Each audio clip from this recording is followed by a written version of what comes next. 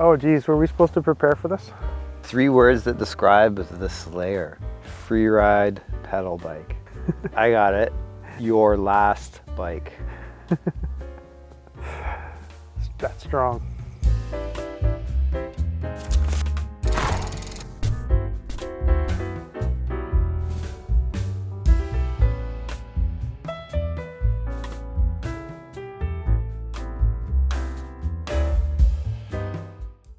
Well, yeah, I'd say for myself personally, Slayer as a platform has always been one that has allowed Rocky to kind of test the limits of what a trail bike is capable of, or what a pedal bike's capable of.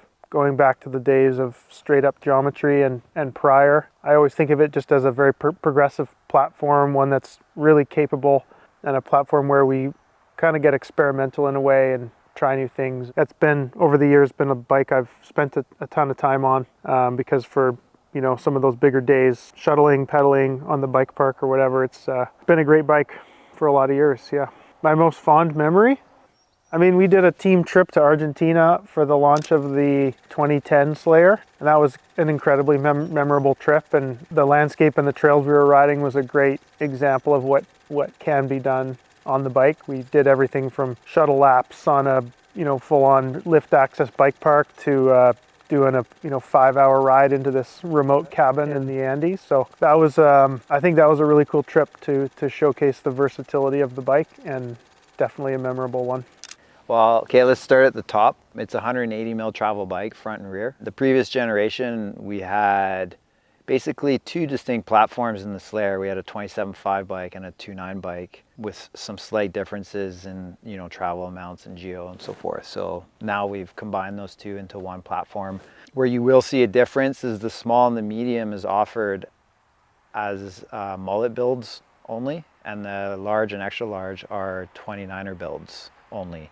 But all of the sizes are backwards or forwards compatible to 2.9 or mullet, depending on your personal preference. So you're not locked into a specific wheel size configuration, no matter which frame size you buy into. This generation Slayer, we've got Ride 4 shock adjustment. We also have a 2-position rear axle, so you can go short chainstay or long chainstay position. So there's a ton of room to set the bike up how you feel suits you best. The bike is UDH compatible in the long position only, and that's because transmission derailleurs have a swing back function. So if the clearance is only there in the long position. The mullet adjustment, it's a link only. And that way we're able to preserve the geometry and the kinematics of the bike closely enough so it's not a huge change. Big feature this year is we actually have a storage compartment on the frame. It's quite a nice big wide opening. You can fit a fair amount of stuff in there. The bikes will come with tube bag. Essentially, for an inner tube, this will keep your tube from rattling around, but also aging and like cracking. You don't want to pull it out and have it not work. But you can put other stuff in here. And then also comes with a tool wrap. Fit a pump, CO2 cartridge, Allen keys, tire levers.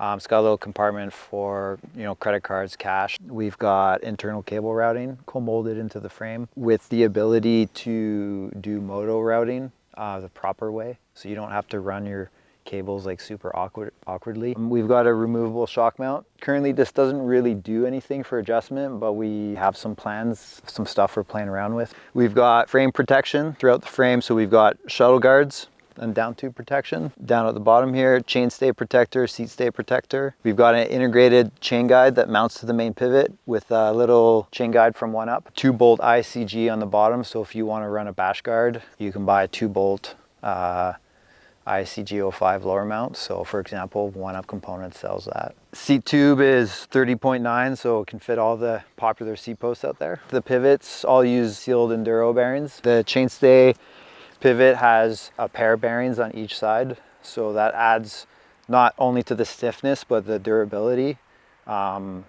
We're finding those little bearings in there will go for years without maintenance. The main pivot has sealed dust shields, so keep water and dust out.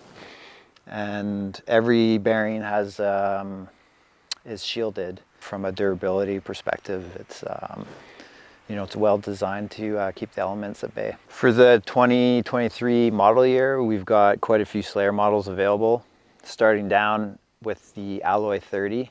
And that also includes the Alloy 30 Park, which has a more downhill focus build, all the way up to Carbon 70, which will be XT level build kit with Performance Elite suspension that has all the adjustments. So all the parts you need, none that you don't want. The old Slayer had an alloy rear end, right? And then when you buy the carbon model today, it comes with a carbon rear end.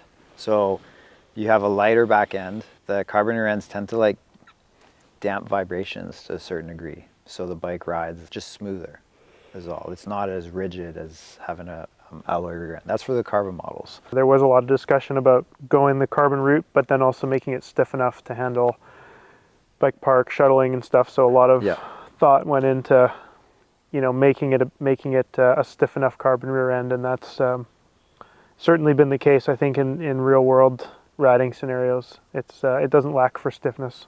Both the aluminum and the carbon frame they're designed around a 180 mil single crown fork, but they're tested and passed certification with a 200 mil dual crown fork.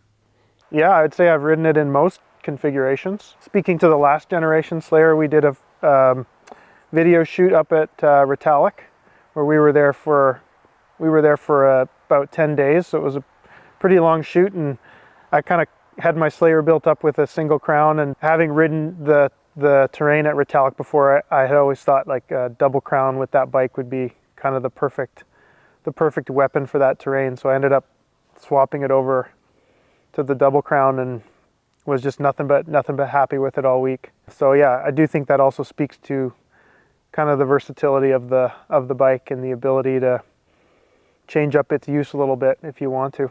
I've definitely also climbed it a lot, you know, 3-4 hour rides without any issue. I think one of the highlights of the bike is how comfortable it is to climb with, considering the amount of travel. And this year going to an all carbon frame on the carbon frames has lightened it up a bit. The seat tube is put in a very comfortable place for pedaling. So, you know, I have no hesitations climbing it up the mountain. I just kind of comes down to a time and distance threshold. If it's going to be an all day affair on the climbs, then I'll probably take a different bike. But the steep seat tube angle puts you in a really comfortable spot on the bike.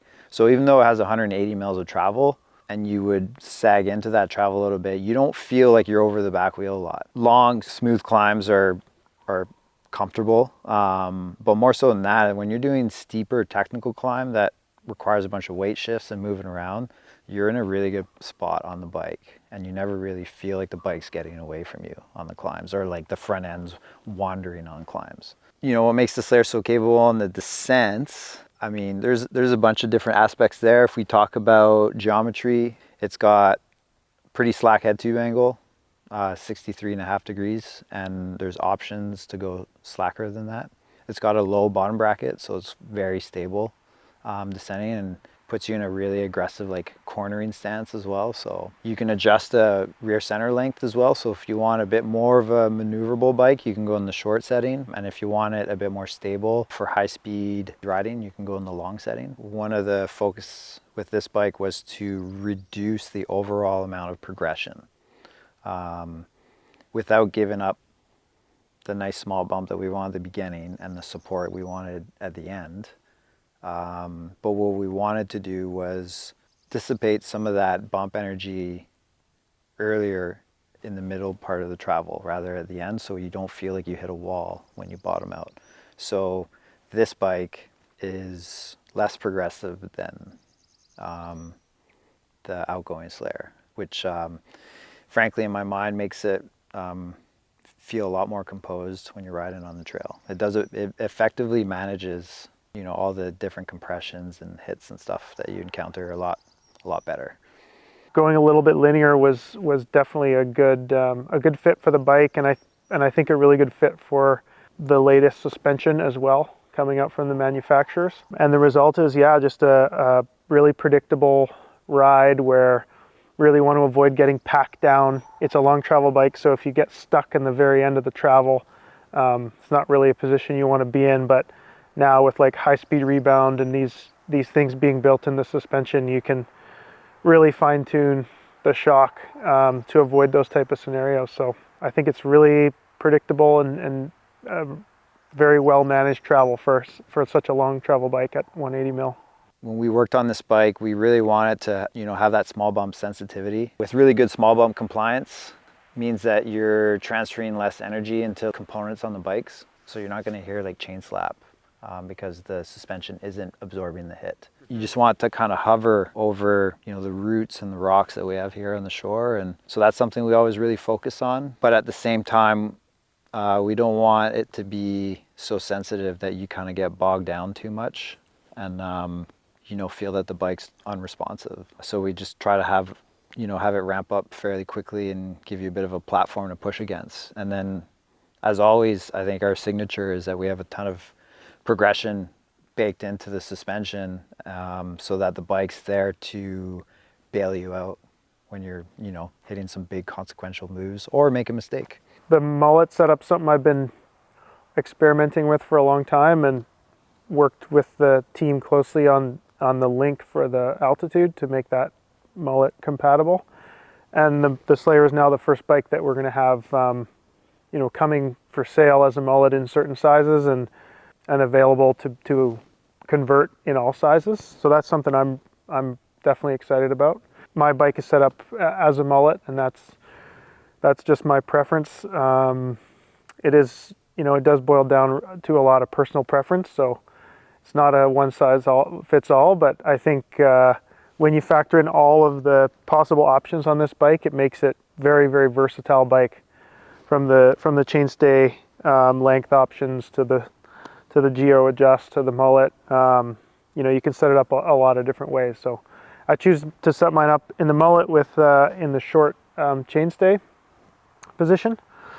And I find that just creates a really versatile bike for me. On some of the slower, steeper, technical stuff on the shore, it's still maneuverable enough at slow speeds. And then you get it rolling in a bike park and it doesn't lack for any stability. This bike has a bit of extra wheelbase over the last model, so certainly no lack of stability at speed.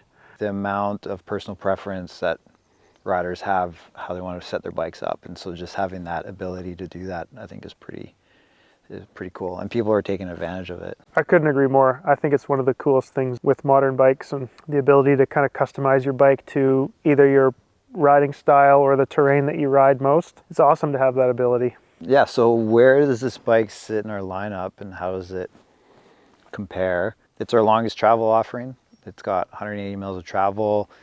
It's aimed at, bike park riding, as evident as well by the Alloy 30 Park that comes with, a downhill fork. So this would definitely cater to a customer that's doing, some bike park riding or lots of shuttling, more technical trails. And then when we compare it to the Altitude, which sits down in a travel bracket, Altitude is more of our enduro race specific bike. The kinematics are tweaked a little bit so that it's a little more supportive, a little more sporty feeling. The Altitude would be a bit lighter, less travel, so that's meant for more longer days in the saddle and pedaling your way to the top. Not to say that you can't get rowdy in Altitude, but it won't be as capable as the Slayer. It's a long travel free ride bike that you can pedal to the top of the hill. Comes spec'd with appropriate parts, double down tires and cush core, 38 mil stanchion forks, coil shocks, long travel seat posts. You know exactly the type of bike you're buying when you're looking at a Slayer.